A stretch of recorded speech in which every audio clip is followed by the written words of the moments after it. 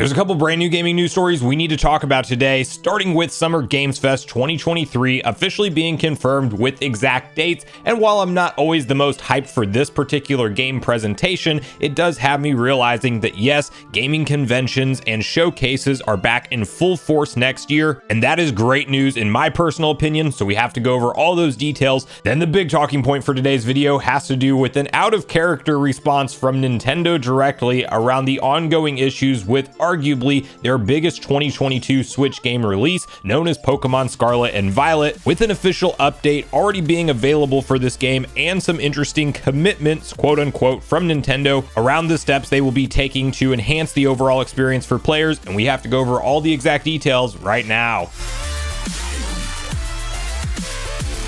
What's up, Nation? If it's your first time on the channel, make sure you join Sunbro Nation by subscribing below. Hit the like button on this video if you enjoy it today. Make sure you turn on your bell notification icon so you're kept up to date with all the newest gaming news. As I mentioned, guys, we are discussing a couple different stories today, and we have to kick it off with a conversation around Summer Games Fest 2023, as we now have official dates for when this event will take place. And for me personally, I am much more of a sucker for E3, as I grew up anticipating that event year in and year out, where we would see all of the biggest game announcements and even console reveals back in the day. And at one point in time, Nintendo was doing their presentations live with the live audience in front of them. And while you could say that those presentations as a whole were definitely hit and miss, and some years were better than others, it still gets me excited thinking about a dedicated week of gaming announcements. And I think in years past, of course, primarily during the heavy pandemic years, where you see a lack of structure in announcements from these gaming companies, and it feels like everything's all over the place, and sometimes we are left questioning whether or not we are getting any kind of summer presentation at all, as that happened most recently in 2022 with Nintendo, where we got a mini partner showcase announced at the tail end of June, as opposed to their traditional mainline E3 Nintendo Direct that they have always historically aligned themselves with when E3 is in full force. And that is already confirmed to be the case for 2023, which is great. E3 is back in person as well as online, and of course Summer Games Fest was born out of the issue of E3 being canceled entirely,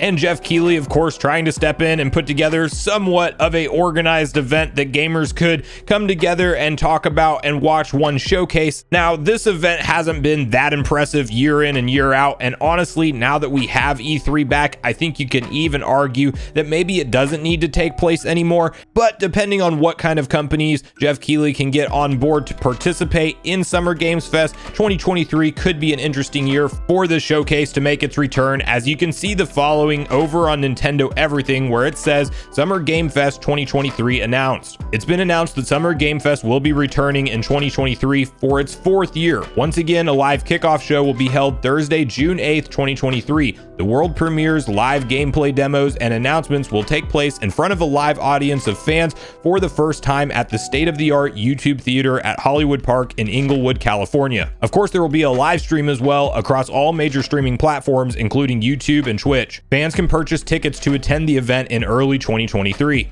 So again, while my expectations are not necessarily high for Summer Games Fest 2023, I do think it's nice that they are officially confirming an in-person event that you can purchase tickets for yourself, and maybe make it a week and a half or 2-week adventure if you want to go to both that and E3 that will be happening the following week. And you know what? We are back in full force now with gaming showcases in the summertime, and I am all on board for that personally. Will we see Nintendo show up in any way, shape, or form to align themselves with Summer Game Fest? I think that is a far stretch. Maybe we will get a little bit better picture on if Keighley is securing more of a close relationship with them again at the Game Awards that are coming up this month in December. But it seems to me in recent years, Nintendo hasn't taken any of these other events seriously whatsoever. Maybe Reggie was the good point of contact at Nintendo of America for Keighley, but they've literally run ads at the last Game Awards, like literal commercial spots that are 15 to 30 seconds a piece with all of the Switch Switch games that we already know about, with 0 new game announcements. So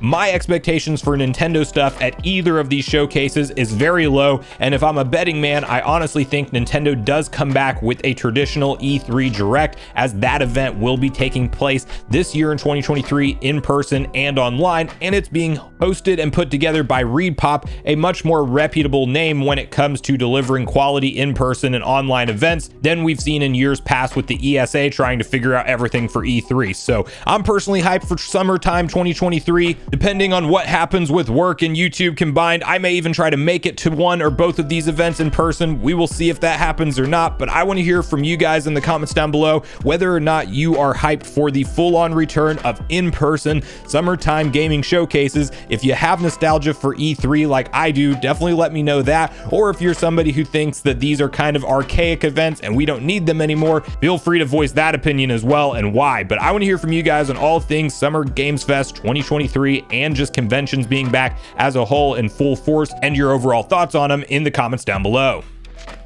Now, the other story we're talking about today has to do with a brand new update for arguably Nintendo's biggest Switch game in 2022. Yes, we are talking about Pokemon Scarlet and Violet, which, by the way, first off, these games are a ton of fun. They have glaring performance issues, and I honestly think at a $60 price, just to get this out of the way, it is not a finished product and it is not a finished game, and Game Freak should not have released them in this state. There are too many bugs, too many glitches to just look the other way on, and too many performance issues that honestly do hinder the overall gameplay experience and can definitely take you out of some of the fun that would otherwise be experienced in this game. However, if you can get past that, underneath is a fantastic adventure and honestly a great foundation for where Pokemon games should go from here, with a new open world aspect, and it is just an objectively fun game in my opinion at the end of the day. But this does feel like a first step to what Pokemon should ultimately evolve into as a staple franchise, and I personally think a lot of this may have to do with the timeline of Game Freak putting out Legends Arceus earlier this year in January, then still sticking to their guns with a November release in the same calendar year with major first attempt at an open world game. It just doesn't seem like this game is finished if you play it right now, with the kind of pop-in, frame rate slowdown, and hilarious bugs and glitches that you can see online in various different clips. But if you know anything about Nintendo historically, even if there is loud fan backlash and call-outs for Nintendo, why are you allowing an unfinished product to be published by you, sold on the Switch at a full retail price, and just looking the other way on it?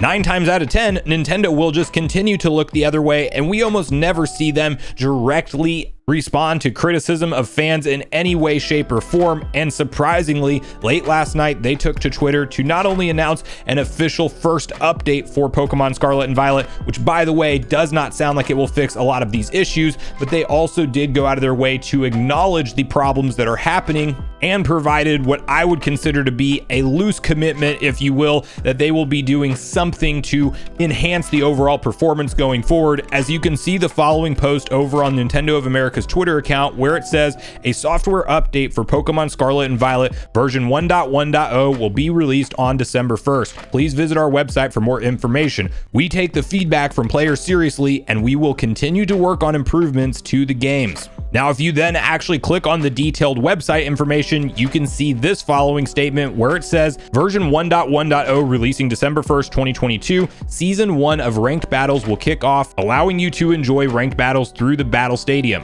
Please check the in-game notice for more details about ranked battle season 1. An issue has been fixed that caused the music not to play correctly during the battles with the Elite Four and the top champion in the Victory Road path, and other select bug fixes have been made. Beneath that, you see, we are aware that players may encounter issues that affect the game's performance. Our goal is always to give players a positive experience with our games, and we apologize for the inconvenience. We take the feedback from players seriously, and we are working on improvements to the games. So I personally believe this is most likely the only time we will see Nintendo address this issue, and it also kind of feels like they had to come out and say something, because if there was a brand new patch that hit this game with no kind of acknowledgement on the performance issues that are glaring for so many users, including myself, I definitely think it would be a big PR problem for them, and you would have a lot more backlash online, very vocal fans that are upset with how these games run, and rightfully so, calling out Nintendo and making it an even bigger issue. So I do think this is at least smart PR on their part to say, hey, we know you guys are having problems with these games. We are going to work to improve them. And they specifically mentioned the performance being the key word there that they are aware of. So will we ultimately get game patches that do make these things run smooth? They don't have so much texture pop in. They have a more consistent frame rate throughout. All of the crazy character models and glitches clips that you are seeing circulating online, do those get fixed? It is definitely a possibility. It is also a possibility that this is a much bigger problem with the game engine itself, and that Game Freak maybe slowly addresses this, but I would hope that they ramp up all of the support teams and they get this stuff out there fast, because over the holiday season, these games are going to continue to sell like wildfire. And if you can get past those performance issues, like I said, What Lies Beneath is an incredible experience and a lot of fun, but I definitely think that Game Freak should be held somewhat accountable here, as first impressions are always everything with games, and you can't just put out an unfinished product and think it's acceptable to patch it later. That has become such a big thing in the game development world. That was never an option if you shipped out a cartridge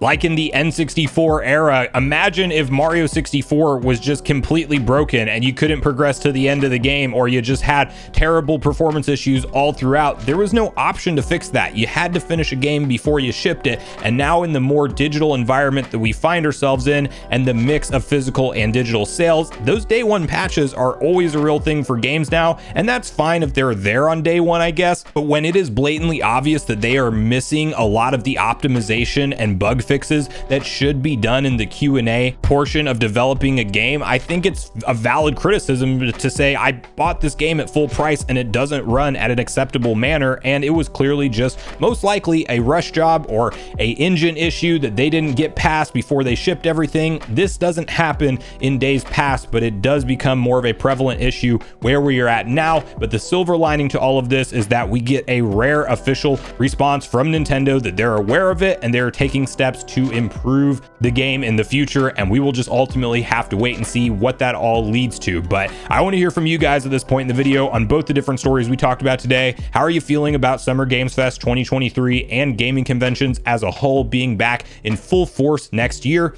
And definitely share with me your overall thoughts on this direct acknowledgement of the performance issues from Nintendo and the newest game update that did launch today. Are you hopeful that yes, we will ultimately see Pokemon Scarlet and Violet run and play smoothly throughout? Or do you think that maybe this is something bigger with the engine itself and that Game Freak won't be able to patch this to an acceptable standard at the end of the day? So regardless of your thoughts and feelings on everything we talked about today, I do look forward to hearing from you all in the comments down below before you leave the video, as I do look forward to getting a back and forth conversation started with you all around these topics. Go watch yesterday's video next if you haven't already, which is on screen right now. Also make sure you like, subscribe, turn on your notification bell, and I will see you guys in the next video.